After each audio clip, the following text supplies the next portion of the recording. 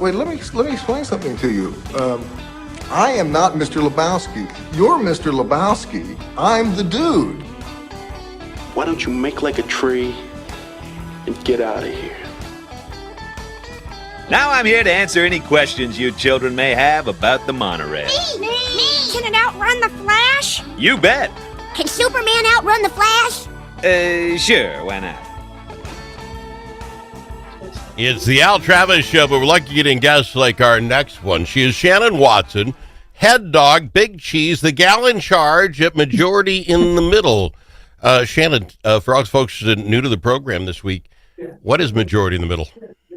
Majority in the Middle is a nonprofit organization, and we exist to bring people together, not necessarily around finding the mushy middle, but elevating people who are doing stuff right and giving people a place to connect without having to sort of justify which side they're on, and then work on some systemic things to make our political culture a little more civil and a little less partisan. All right, and some of the things you do, the highlights, if you follow along on the interweb thing, you're always posting the big green boards. You know, every time they're green, we get to see it, which is great. I'm not necessarily ripping it. It's never the controversial stuff. We'll talk about that down the road. Yep. But you were telling me just before we went on a really cool story about some committee stuff. Guys like me, we don't think about this stuff much, but I think there's something to it. Can you tell the story? Yeah, absolutely. So we pay attention to a thing that we've called structural partisanship. And this is the rules and the systems and sometimes even the physical infrastructure that sort of divide people and keep them divided. And one of the really good examples of that is the way that the legislators sit in committee. And in the House, for the most part, the Republicans sit on one side of this like U-shaped table, and the Democrats sit on the other. And so they kind of face off. Yeah. And in the House, because they've got the 67-67 tie, one of the committee chairs, at least, and I will have to say, like, after hearing this story, I do need to go back and double check and see if anybody else has sort of moved their seating. But Nolan West, who is a co-chair in the Children and Families Committee, he said when he's holding the gavel, he wanted the seating to be every other. Instead of Republicans on one side, Democrats on the other, it was every other. And I hadn't realized that he had done this. So shout out to a reporter at MinnPost who put that in a story. And so I sent Representative West an email about it and said, thank you for doing that. I think that's really cool. And he said he was shocked how effective the change was, but it made a big difference. And the thing that I was surprised about hearing was he said that the discussion was even better because people, when you're sort of surrounded by, your opponents, air quotes, he said people were less likely to have their cell phones and their laptops up in front of them, probably because they didn't want, they didn't see want what the they're person looking across at. the aisle, see what's on their screen. But so it made people more present and more, focused on the discussion. And so I thought that was really super cool. It's a really good illustration of how committee chairs do have a lot of power, and they can use that for good. Well, I like that. And these are the small things that can help. Now, it's a shot in the dark. If that isn't what, I guess I never really watched. I guess I knew they were always on the other side, but I never thought much about you could change it.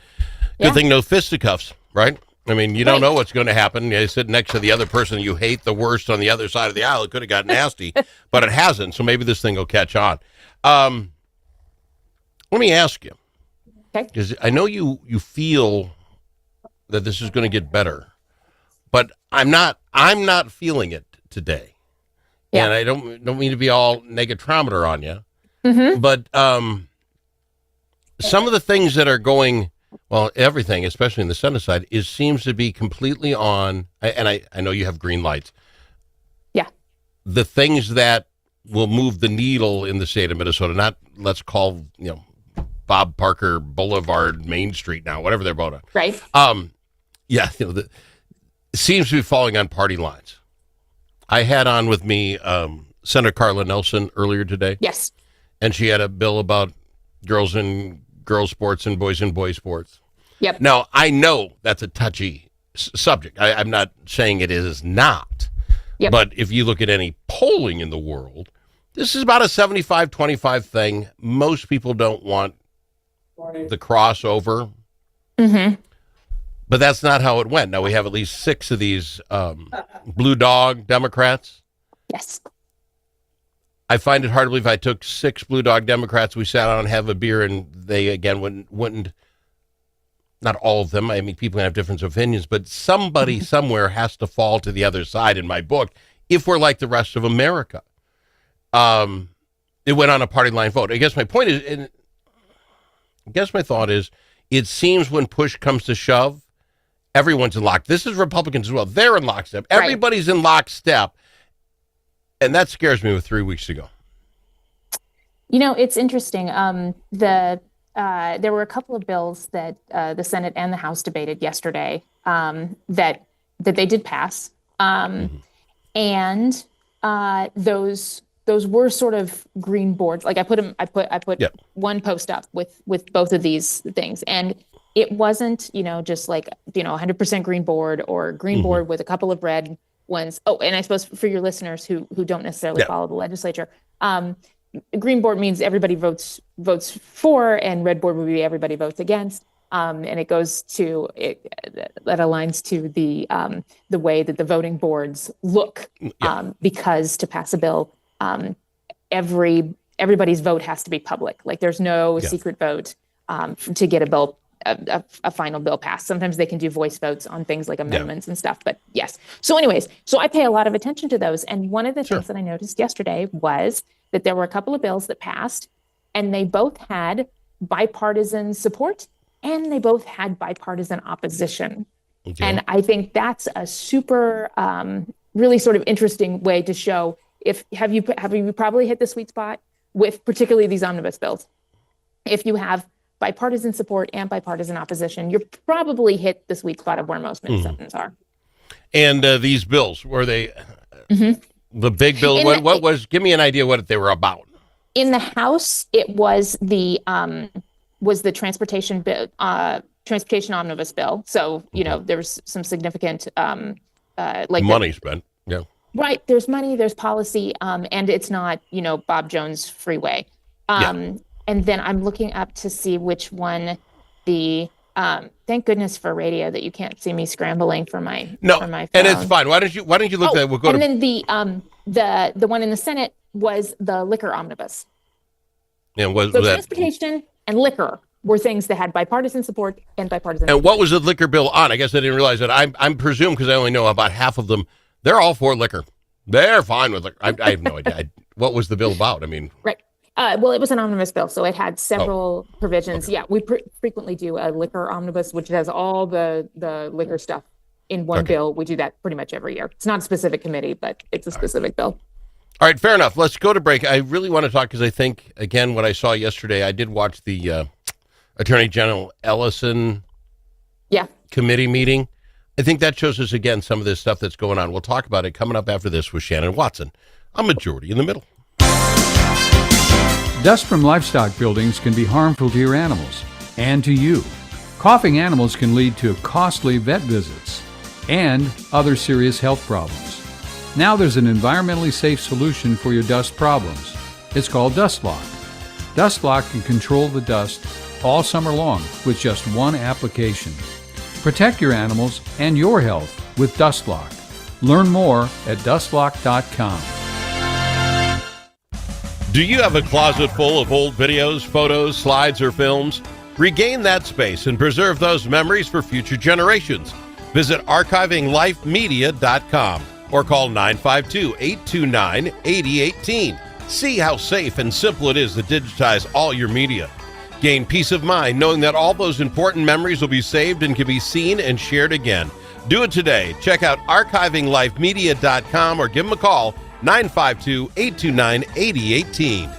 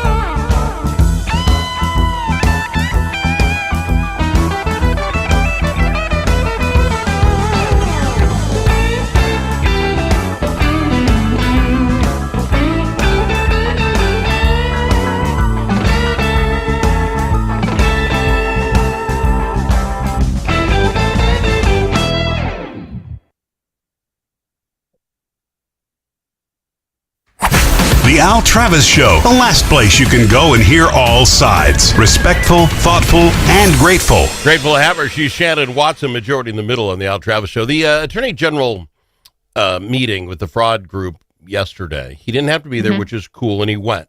I throw this out here from my point of view only, the show's here, so you know where I'm coming from. Okay. I don't think he did anything wrong. It doesn't make financial sense to me to get about $2,500 from each. Let's say it's up to $20,000 out of a group that stole $250 million because you're on the day.